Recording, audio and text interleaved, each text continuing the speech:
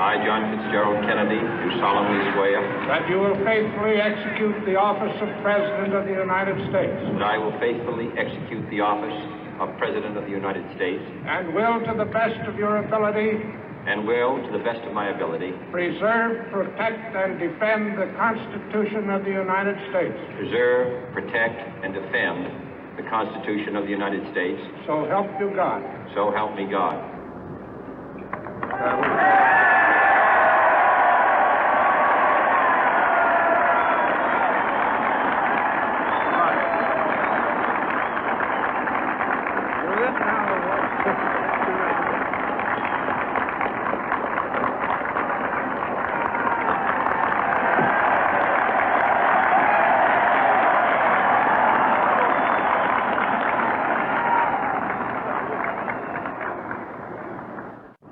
Vice President Johnson, Mr. Speaker, Mr. Chief Justice, President Eisenhower, Vice President Nixon, President Truman, Reverend clergy, fellow citizens.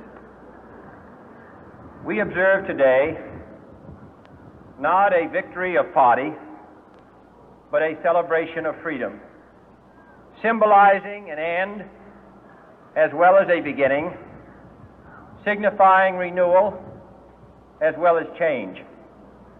For I have sworn before you and Almighty God the same solemn oath our forebears prescribed nearly a century and 3/4 ago. The world is very different now, for man holds in his mortal hands the power to abolish all forms of human poverty and all forms of human life. And yet the same revolutionary beliefs for which our forebears fought are still at issue around the globe. The belief that the rights of man come not from the generosity of the state, but from the hand of God. We dare not forget today that we are the heirs of that first revolution. Let the word go forth from this time and place to friend and foe alike that the torch has been passed to a new generation of Americans born in this century, tempered by war, disciplined by a hard and bitter peace, proud of our ancient heritage, and unwilling to witness or permit the slow undoing of those human rights to which this nation has always been committed and to which we are committed today at home and around the world.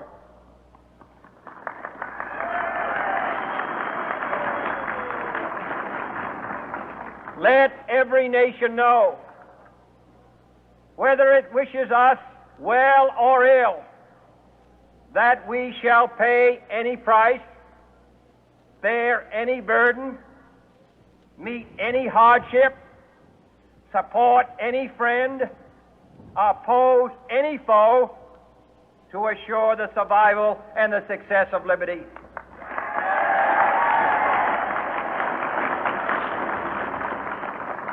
This much we pledge and more. To those old allies whose cultural and spiritual origins we share, we pledge the loyalty of faithful friends. United, there is little we cannot do in a host of cooperative ventures. Divided, there is little we can do, for we dare not meet a powerful challenge at odds and split asunder. To those new states whom we welcome to the ranks of the free, we pledge our word that one form of colonial control shall not have passed away merely to be replaced by a far more iron tyranny. We shall not always expect to find them supporting our view, but we shall always hope to find them strongly supporting their own freedom. and to remember that in the past, those who foolishly sought power by riding the back of the tiger ended up inside.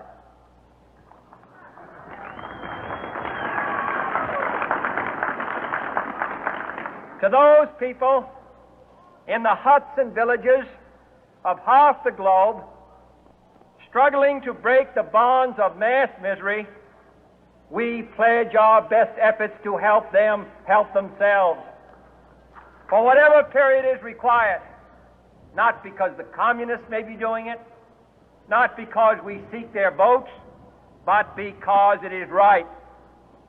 If a free society cannot help the many who are poor, it cannot save the few who are rich.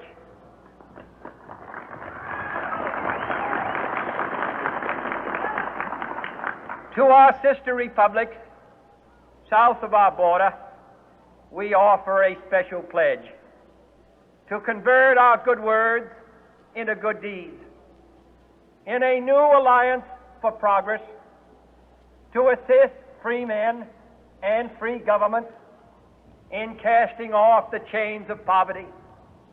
But this peaceful revolution of hope cannot become the prey of hostile powers.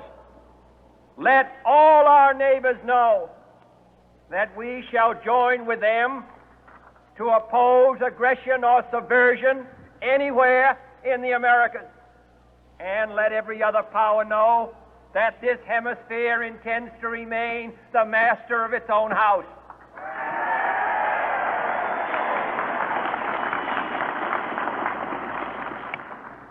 To that World Assembly of Sovereign States, the United Nations, our last best hope, in an age where the instruments of war have far outpaced the instruments of peace, we renew our pledge of support to prevent it from becoming merely a forum for invective, to strengthen its shield of the new and the weak, and to enlarge the area in which its writ may run.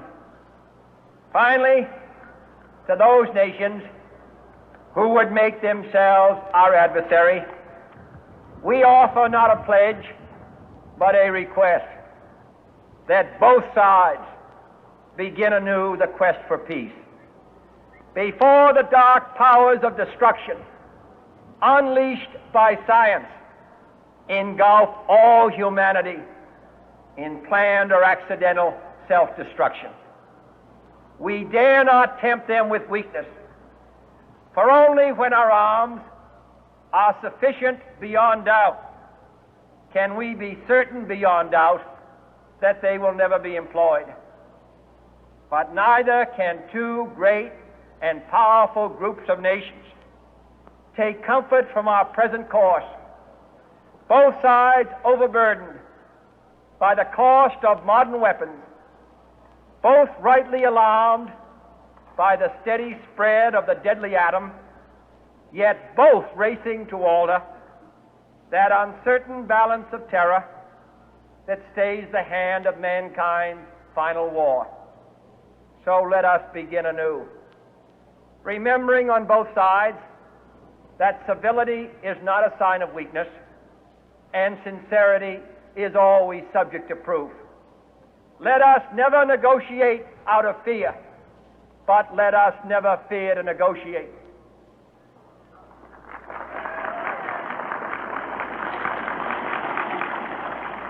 Let both sides explore what problems unite us, instead of belaboring those problems which divide us. Let both sides, for the first time, formulate serious and precise proposals for the inspection and control of arms, and bring the absolute power to destroy other nations under the absolute control of all nations.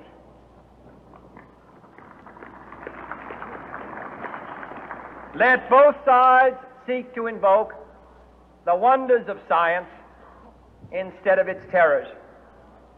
Together, let us explore the stars, conquer the desert, eradicate disease, tap the ocean depth and encourage the arts and commerce.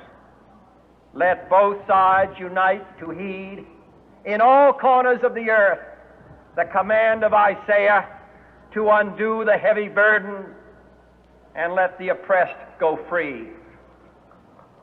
And if a beachhead of cooperation may push back the jungle of suspicion, let both sides join in creating a new endeavor, not a new balance of power,